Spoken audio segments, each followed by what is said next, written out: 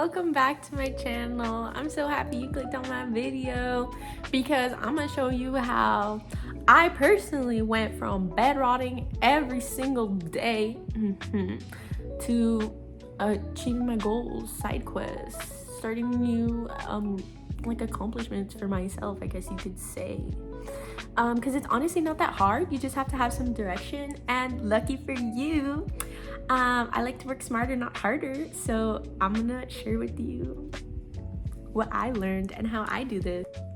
So the first thing I did was I actually just went to a place where I could focus, and I did a whole brain dump on what I actually wanted my goals to be, if that makes sense. So I separated it into 5 categories, technically 6, but really 5 categories on things I think I should have at least 1 goal in, but I would say no more than 3, because I think 3 is a little too much. You don't want to have so many goals to the point where you're so overwhelmed and like you just don't end up doing it, like task paralysis type of situation. Like you want to have a few and stick to those and accomplish those, and then add more if you can. So the first category is mental health, because you got to have something to improve your mental health. And I know doing more in general will improve your mental health, but having like a goal for that is really nice. So like if you want to start journaling more, gardening, reading, solo dates, like your sleep schedule and wake schedule, kind of balancing that. The next is physical health. So a new workout routine, eating healthy, drinking more water, running a marathon. I know that's a lot, but like 5Ks are actually not that long. So if that's something you want to work towards, that could be like the definition of your goal. So the next category is social well-being. I feel like sometimes we forget about this. So go out more. If you're kind of a hermit, like I could be like that too sometimes, and you find yourself just at home, especially during like the summer, and you're bed rotting. That's why you're bed rotting, because you're being a hermit. You need to I have a whole video on side questing and how I do it, and it's so easy and can be like fairly affordable too. So go out more to events, join clubs if you're like in school, or if you have any clubs in your area, like book clubs or whatnot, join those, meet new people, make that a goal too, because a lot of people think that, and I know I'm going really fast here, a lot of people think that like goals need to be so superficial, kind of like, oh, like working out more, get toned, and like, you know, eat less than 1,000 calories a day. Like, no, you don't need to do that. Like, you can if you want. I don't know if it's the best, like the most healthiest thing. But my point is that it's good to have goals in all aspects of your life, because that's really what a mid-year reset is. It's not so much just trying new goals, but just bettering yourself and your life. And with that, you also have to pay attention to your more spiritual aspects. The next one is your financial well-being. So set a savings goal. If you're not liking your job, get a new job. If you want to make some more money and maybe start something on the side, start a side hustle. Have a financial goal as well. And the last one is beauty. So if you maybe need a new skincare routine or hair care routine, or you want to start taking care of your nails, something that makes you feel beautiful and takes care of your body. So yeah. Okay, so the next thing that I see people kind of fail to mention when they do a mid-year reset is cleaning, like reorganizing stuff. Sometimes you gotta do that, and I think especially to kind of declutter all that negative energy. And like, who wants to go like be active or do things in like a place that's messy? You know what I mean? So it's kind of like, clean out your old stuff, like clean out your closet, stuff like that, donate. You know, it's just like you gotta declutter your space, honestly. Like something I did recently for my mid-year reset was, we have an extra room and we have that as our workout room. So I just switched like my rooms. So my room at the time went into the workout room, and then my old room is now the workout room, and it's been so helpful because I feel like I'm in like a fresh space, and I was also able to declutter everything because as I was like moving things over.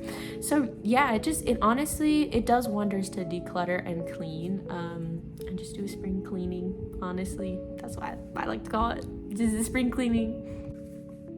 Okay, so once you've brain dumped everything and assessed what you want your goals to be, make sure they're defined. So you don't just put eating healthy. Put, okay, I want to start cutting out the junk food, like the fast food. So maybe I'll only have fast food once or twice a week, and the other times I'll be mindful, because you have to define your goal, or else it's just kind of ambiguous and you're probably not gonna stick to it. So like, instead of just saying I'm gonna start working out, okay, but like, what's your workout gonna look like? What's your schedule? Are you going to the gym? Are you gonna stay here?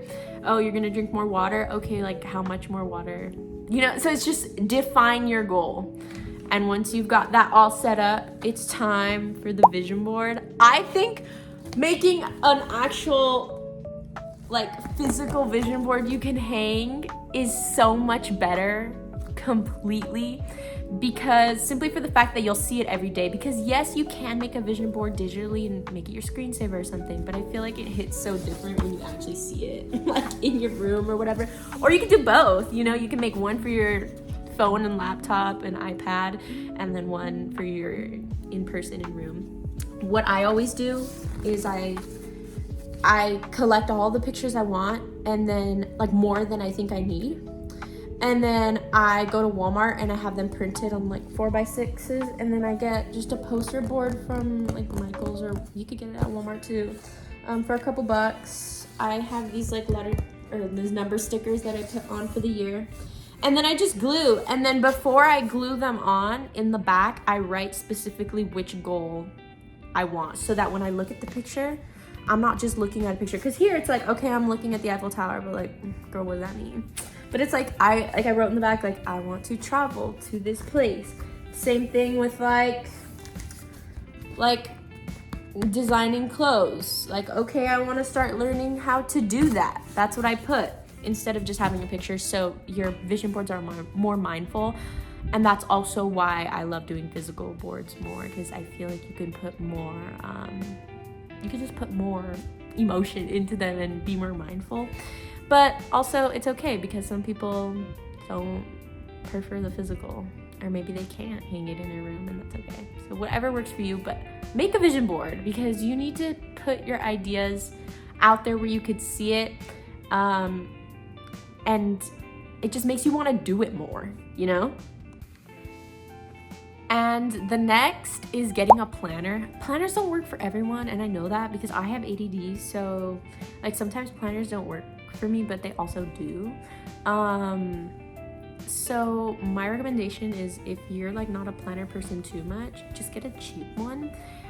Just so you can at least plan out, like if you're gonna start working out, or if you're gonna start adding these new rituals to your daily routine, you can write it down, you know what I mean? So you could see it. And if you're really not a planner person, you could also just like do sticky notes, or you could do reminders on your phone. Do something so that you can see it and be like, okay, it's time to do it. And that comes into the part where I'm saying, I have a list of how to kind of create these new habits, and that's actually the first one, which is making it obvious. So have something to where you can see it. And another example of that is like, if you're going to work out in the morning, leave out your clothes the night before. Something so that you could see it, plan it. It could be registered in your head that, okay, I gotta do this.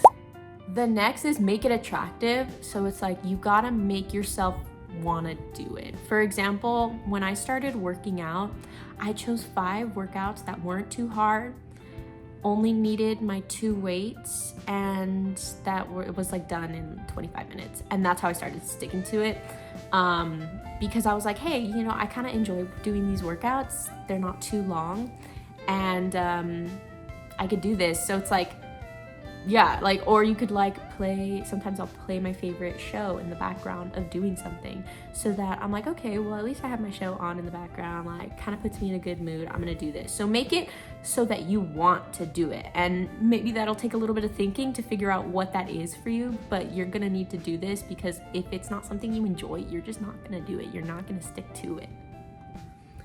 This, I think, is the most important part, and I kind of mentioned it before, where it's make it easy. You gotta start off small. I've tried to do so many things like cold turkey, like all at once, go for it. It just never lasts, because like, who's doing all that at once when they've never done it before? You know, like, what do you mean you're doing an hour workout every day and you've never worked out in your life? Like, girl, come on.